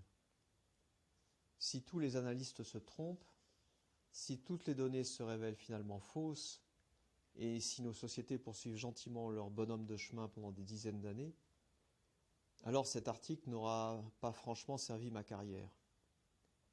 Et si l'effondrement annoncé survient dans les 10 ans, je n'aurai pas de carrière du tout. C'est l'archétype de la situation perdant-perdant. Ce que je veux dire, c'est que notre communauté, celle des chercheurs et enseignants spécialisés dans le développement durable en entreprise, va avoir du mal à imaginer des manières de continuer. Je m'adresse aux universitaires qui liront ce papier. Avec vos lourds programmes d'enseignement couvrant de nombreux domaines, vous ne serez guère nombreux à trouver le temps et l'espace nécessaires pour réinventer votre champ de compétences et vos sujets de prédilection. Les chargés de recherche découvriront que l'adaptation radicale n'est pas un thème qui fait accourir les co-auteurs ni les sponsors. Pourtant, il n'en a pas toujours été ainsi. Ces difficultés s'expliquent par l'emprise croissante sur l'enseignement supérieur d'une idéologie particulière, l'idéologie néolibérale, celle-là même qui nous a rendus incapables de gérer la menace qui pèse non pas seulement sur notre bien-être, mais sur notre existence. Or, cette idéologie, nous avons aussi contribué à la promouvoir pour ceux d'entre nous qui ont enseigné en école de commerce. Il est important de reconnaître cette complicité avant de réfléchir aux manières dont nous pouvons faire évoluer nos recherches. Depuis les années 70, la réponse de l'Occident aux problèmes environnementaux est bridée par le règne de l'économie néolibérale qui nous impose des solutions hyper-individualistes, ultralibérales, graduelles et fractionnées. Hyper-individualistes parce que ce sont les initiatives isolées des consommateurs qui sont mises en avant, passer à des ampoules basse consommation, acheter des meubles éco-responsables, plutôt que l'engagement citoyen visant à encourager l'action politique. Ultralibéral parce que l'on favorise systématiquement les mécanismes de marché, comme le dispositif complexe, coûteux et inefficace des droits à polluer, au lieu de se demander ce qu'une intervention élargie de la puissance publique pourrait accomplir. Graduel parce qu'on se glorifie du moindre petit pas en avant, comme lorsqu'une entreprise publie une stratégie de développement durable, au lieu de promouvoir des méthodes scientifiquement étayées qui permettraient d'accélérer et d'amplifier les efforts. Fractionné enfin parce que l'action environnementale est conçue comme totalement déconnectée des marchés et du secteur financier et bancaire, alors qu'il faudrait redéfinir un système économique compatible avec le développement soutenable.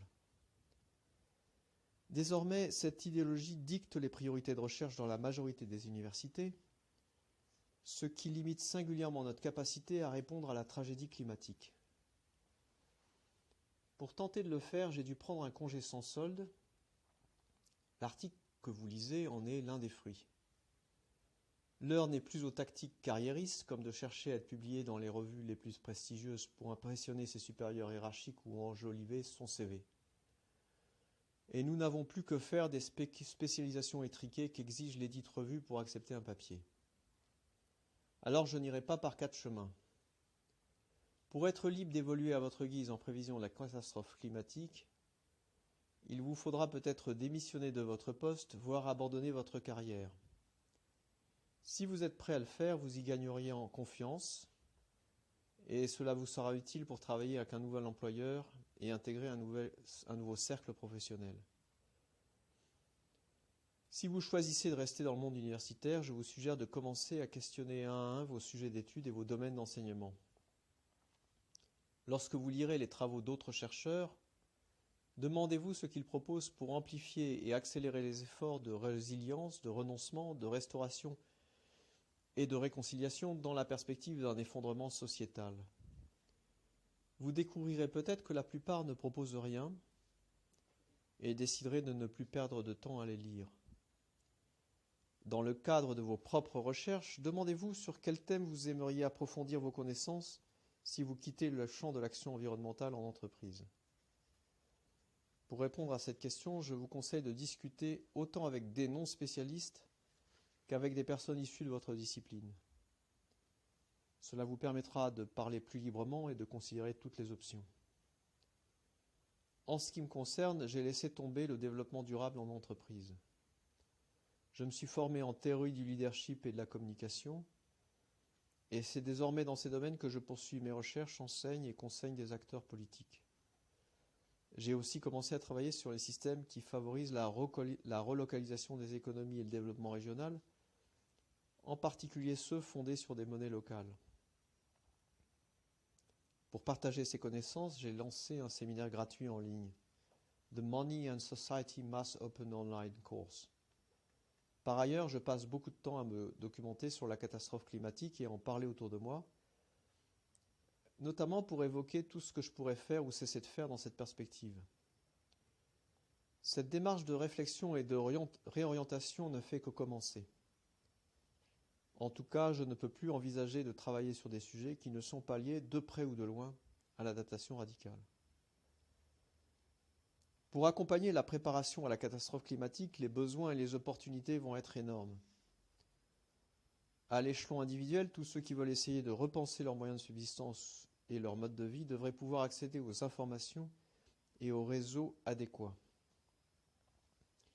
Les expériences de communautés déconnectées sont riches d'enseignements, mais il nous faut aller plus loin. Un exemple parmi d'autres, pourquoi ne pas explorer la possibilité d'une production à petite échelle de médicaments comme l'aspirine ? Les cours gratuits, en ligne ou physiques, et les réseaux d'accompagnement à l'autosuffisance doivent se multiplier. À l'échelon local, les collectivités vont devoir être soutenues pour pouvoir développer dès aujourd'hui les dispositifs qui permettront aux populations, pendant l'effondrement, de coopérer plutôt que de se déchirer. Cela passe notamment par la mise en place de plateformes d'échange de produits et de services fonctionnant avec des monnaies locales. À l'échelon national et international, l'impératif sera de gérer de manière responsable les répercussions des multiples effondrements sociétaux à attendre. Cela inclura évidemment l'assistance aux réfugiés et la sécurisation des sites industriels et nucléaires dangereux. D'autres domaines d'études pourraient être mis à contribution. Après tout, l'extinction de l'homme et la fin du monde sont abordées par de nombreuses disciplines. C'est bien sûr le cas de la théologie, mais aussi de la théorie littéraire, où les exercices d'écriture créative peuvent en faire un point de départ fécond, et de la psychologie, où ces questions ont surgi autour des années 80 en lien avec la menace de guerre nucléaire. Le chapitre de la psychologie notamment sera intéressant à explorer. Quelle que soit l'orientation future de nos travaux, elle ne résultera pas d'un simple calcul. Elle sera déterminée par l'impact émotionnel et psychologique qu'aura sur chacun la prise de conscience qu'un effondrement sociétal est probable de son vivant. Dans un essai sur le désespoir climatique appréhendé sous l'angle de la spiritualité, j'ai étudié cette dimension émotionnelle et la façon dont elle affecte mes choix professionnels. Si vous êtes professeur, je vous recommande de prendre ce temps de réflexion et de mûrir votre évolution avant de vous précipiter vers un nouveau programme de recherche ou d'enseignement. Si vous êtes étudiant, je vous conseille d'envoyer le présent article à vos maîtres de conférences en proposant de le discuter en cours. Les plus à même de mener ce type de débat seront probablement ceux qui sont le moins arrimés au système existant. En tant que chercheurs, nous avons la vanité de croire que les articles scientifiques ne sont lus que par des universitaires et des étudiants. C'est pourquoi j'ai réservé pour un autre lieu mes recommandations aux dirigeants d'entreprise, aux décideurs publics et aux lecteurs profanes.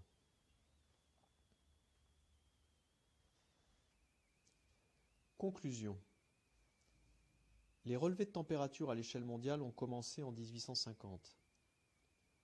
17 des 18 années les plus chaudes enregistrées depuis cette date sont postérieures à 2000. Certes, des progrès notables ont été faits sur ces dernières années en matière de réduction des émissions de gaz carbonique et d'adaptation climatique. Malgré tout, Nous sommes un peu comme des marcheurs qui gravissent une montagne au beau milieu d'un glissement de terrain. Si le sol était ferme sous nos pieds, nous parviendrions aisément au sommet. Il nous suffirait de faire des foulées plus grandes et plus rapides. Hélas, le glissement de terrain a déjà commencé et ne cesse de nous précipiter vers le bas, comme le soulignent toutes les analyses récentes sur le changement climatique, les émissions de gaz carboniques et l'extension de modes de vie ultracarbonés. La date de point de non-retour est impossible à connaître tant que nous ne l'avons pas atteint. Aussi, il est plus important que jamais de continuer à œuvrer pour réduire les émissions et extraire le carbone de l'atmosphère, que ce soit par des moyens naturels ou artificiels. Il faut aussi ouvrir un nouveau front, celui du méthane. Il est clair désormais que le changement climatique va inévitablement produire des effets dévastateurs face auxquels la géo-ingénierie se révélera probablement inefficace, voire contre-productive. La nécessité de concentrer nos efforts sur l'adaptation est maintenant admise par la majorité des décideurs publics chargés des questions d'environnement. Cette préoccupation doit se transmettre sans tarder à toutes les personnes engagées dans le développement durable, qu'il s'agisse de professionnels, de chercheurs ou d'enseignants. Il nous faut également réfléchir au type d'adaptation à mettre en œuvre. Selon des travaux récents, le stress climatique va perturber le fonctionnement élémentaire de nos sociétés, et ce en moins de 10 ans. Hausse de malnutrition, famine, épidémies, guerres civiles et interétatiques. Et tout cela n'épargnera pas les pays riches. Dans ces conditions, l'approche réformiste du développement durable, notamment en entreprise, sur laquelle de nombreux professionnels fondaient leurs réflexions, devient superflue. Il nous faut impérativement développer une autre vision, axée sur le souci de limiter les dégâts et de ne pas aggraver les choses. Cette démarche exigeante est aussi en dernière analyse éminemment personnelle. Mon espoir est que le programme d'adaptation radicale puisse y contribuer.